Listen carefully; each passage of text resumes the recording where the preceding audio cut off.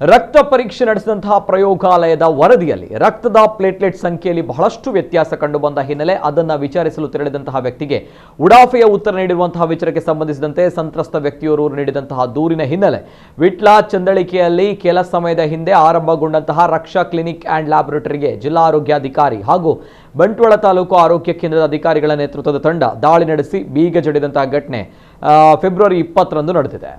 ಬಂಟ್ವಾಳ ತಾಲೂಕು ಬದನಾಜೆ ಸಮೀಪದ ನಿವಾಸಿ ಕಿಯಾನ್ಶ್ herbal centre ಕಂಪನಿಯ ಮಾಲೀಕ ಡಾಕ್ಟರ್ ಶರತ್ ಶೆಟ್ಟಿ ದೂರು ನೀಡಿದವರು.